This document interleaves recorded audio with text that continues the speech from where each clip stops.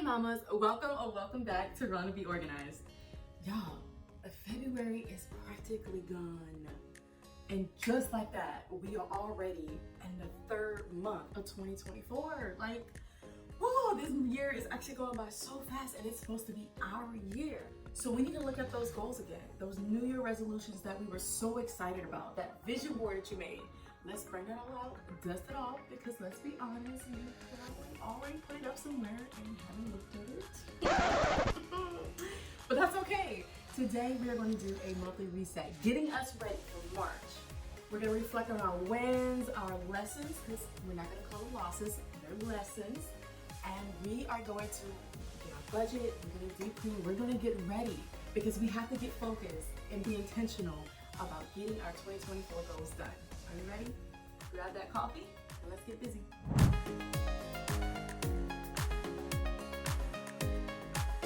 American philosopher John Dewey said, "We do not learn from our experience, but we learn from reflecting on our experience."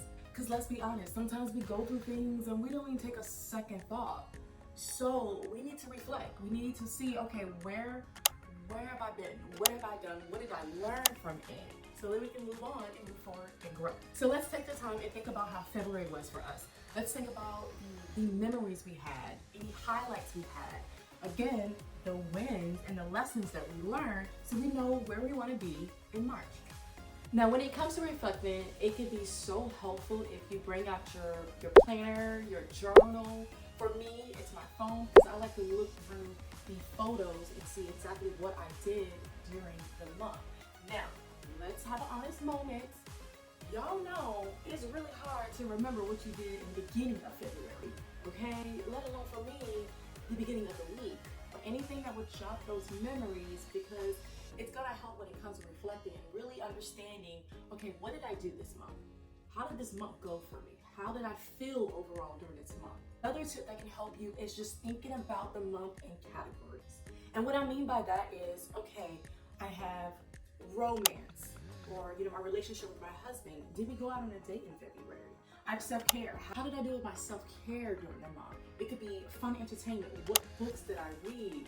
Things like that. And I'll pop up a couple categories just to get your mind going. But of course, you can always make your own. It's about you and how you feel about the month of February. So let's take a moment and really reflect. So when it comes to any highlights and memories, were there any accomplishments that you had? How did you do with your goals? How did you feel during the month of February? Did you hang out with anybody? Any of your girlfriends or any friends that you haven't been connected with in a while? Did you reach out? What went well for the month? For me, I like to use the 12-week year because I like the idea of scoring my week. So whenever I actually plan my week, I have like a brain dump of things I want to get done, because let's be honest, we're very good as moms on thinking we can do everything and realizing there's only 24 hours in a day. And mama needs at least 8 hours of sleep to be sane. I feel like I can survive off of maybe 6, but I have 2 little girls and they require a lot of me. So to be there and to be able to deal with everything I deal with during the day with mom and part-time business, I need it. But I use the 12-week year because I like the idea of going through my to-do list and giving myself a score at the end of the week of what I actually accomplished. That helps me to see, am I improving? Am I actually putting way too much on my plate than I actually can do in a day or in a week? Other questions you might ask is, did you notice anything about yourself? Any trends?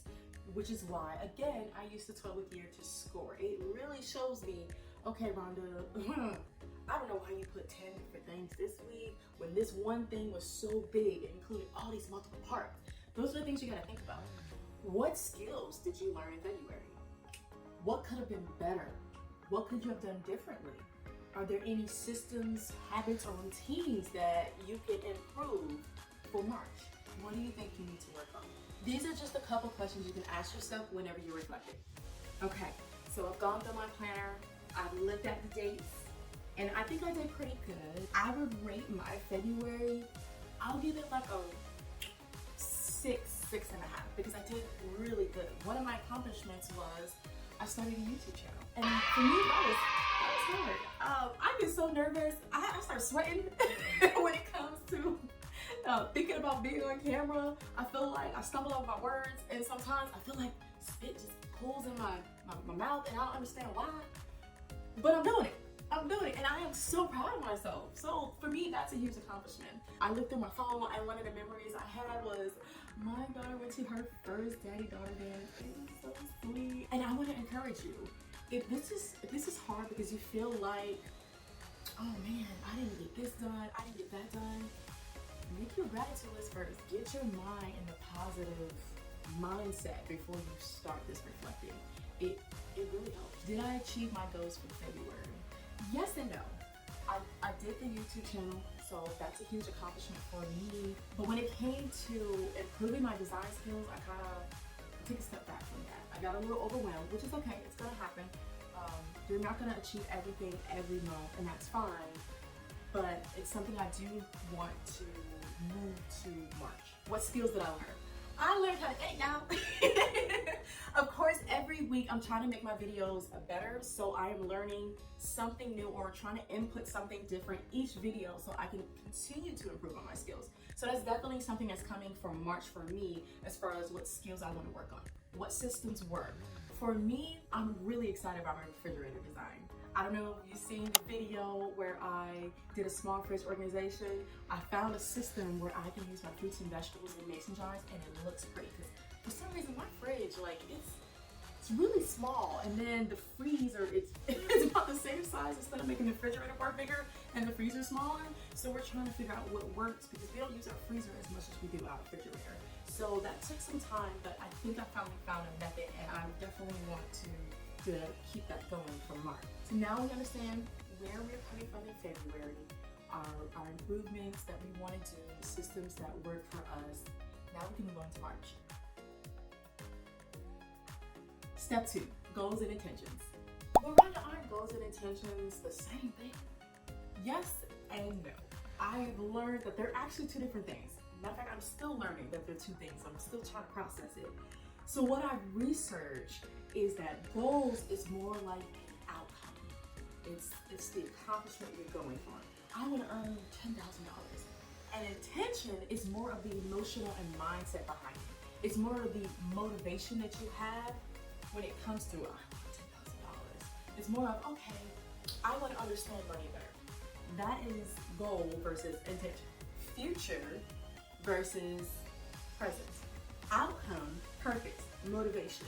The what and how versus the why. I want $10,000 in my savings versus I want to improve my money mindset. Get it? So what is your focus for March?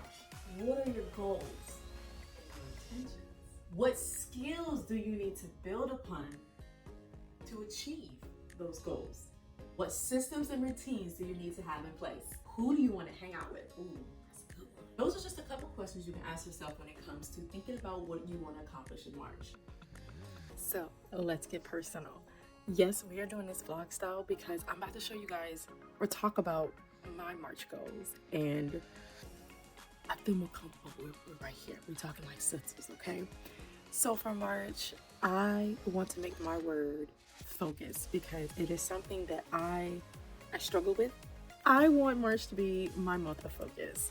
I also have goals that I am looking to accomplishing by the end of March, and of course, yes, they align to my goals for 2024. So I have the business side of the house, and then I have my personal side of the house. And for the personal side, I really need to focus on my self-care because it's something that I don't know what happened this year. I was so good at it in 2023, but this year I've been so focused on finishing my goals and then being busy with the housework, home improvement projects we're trying to do, keeping up with mom life. I haven't been taking care of myself. I had a whole self-care routine that I kept simple. And when I say simple, I mean like Mondays was my Guya Sha. I like saying that, Guya Sha.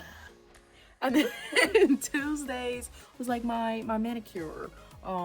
Wednesdays were, time I would do like a face mask, something simple, something that I can get done in, 10 minutes a day. But even with that, I've fallen off. So I need to get back into the routine of that. And then that leads me to the next question. What habits do I want to continue or create for March? and that book a month. I need to be reading a couple pages every night before bed, just like I used to do, so that I can get back into it and complete my book by the end of March. The skills that I want to start or improve on is really my editing skills.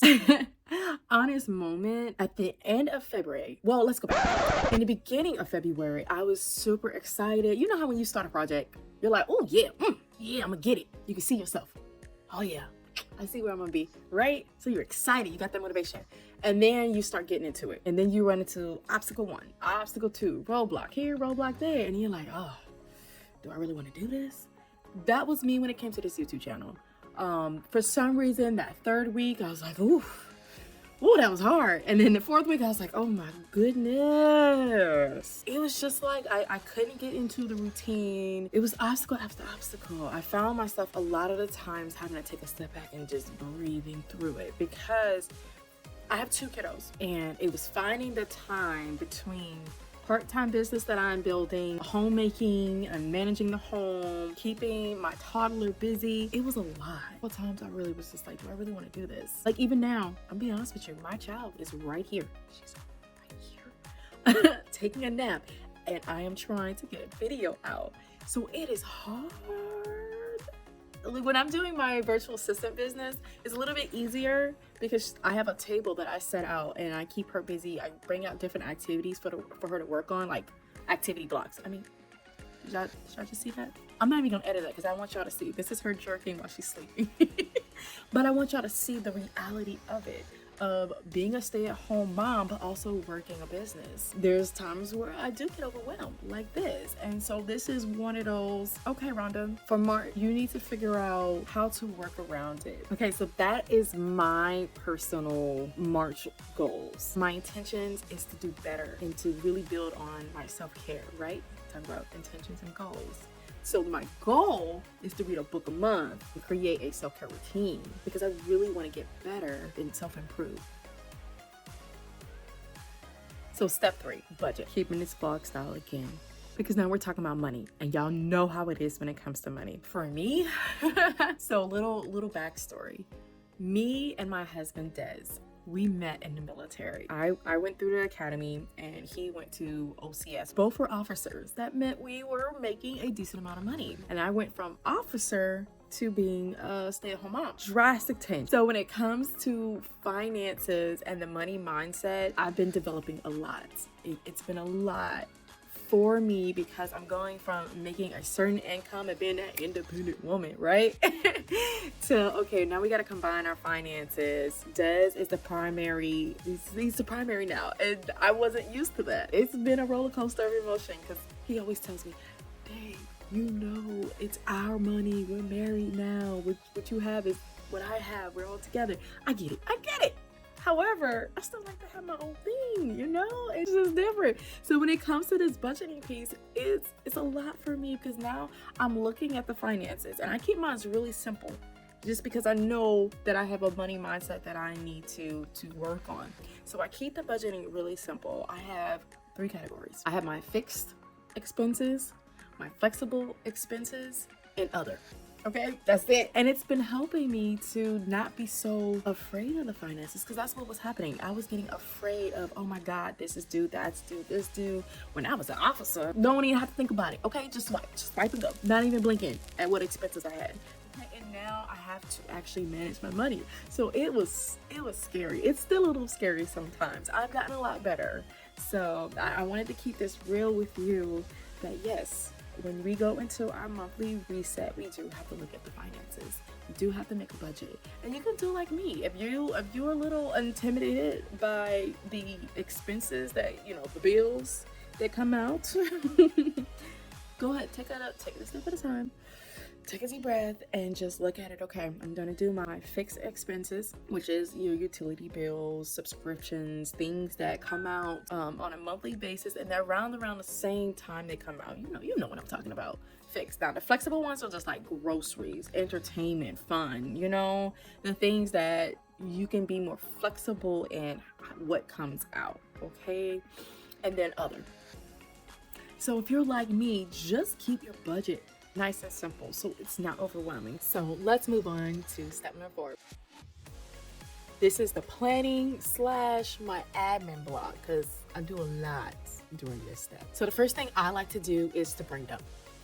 I have to take everything I think I'm gonna get done and put it on a piece of paper. Just brain dump it all and put it down. Get it out of your head to free up some space and put it down on paper. And then we're gonna go back and actually prioritize what actually needs to get done. Because like I said before, my problem I was having was thinking I can do everything.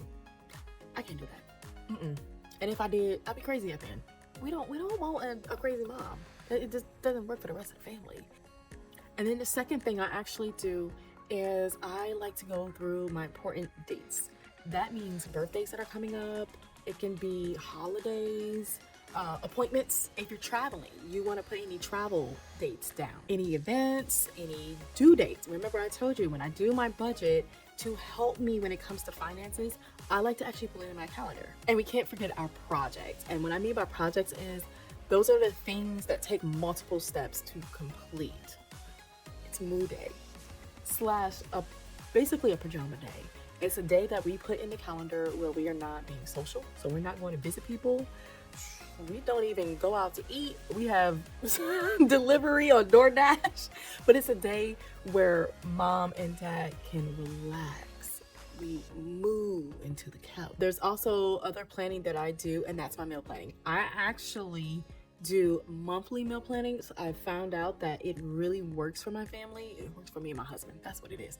It works for me and my husband because I don't have to ask him what's for dinner and he'll have to ask me because the month is already planned out. So remember, this is a planning slash admin blog. So I actually have a mom binder and I like to update that. And I update that with the systems and I have to revisit it as far as the self-care routine because that's all in there. And I'll give you guys a glimpse and can go deep into it if you want to. I can create a whole separate video on how I do my mom binder and how it helps me get through the week. The other admin side of the house is the business side of the house. And I actually have a work binder, just kind of like my mom binder, but now we're working on the business side of the house. So I like to use that block to update that and go over all the systems that I need to improve when it comes to the business side of the house. Now that we've done reflecting, we've done budgeting, we've done the admin and goals and planning side of the house, now it's time to get up and move to step 5, which is deep cleaning.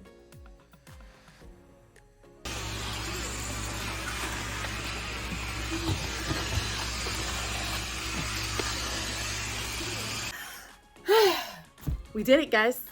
We have cleaned the house and deep cleaned everything. Now, if you're anything like me, it may have taken you 2 days, and that is okay. It's okay, mama. Be flexible. So now that we have deep clean, we are ready for the month. It is time to pamper yourselves. It is time for self-care.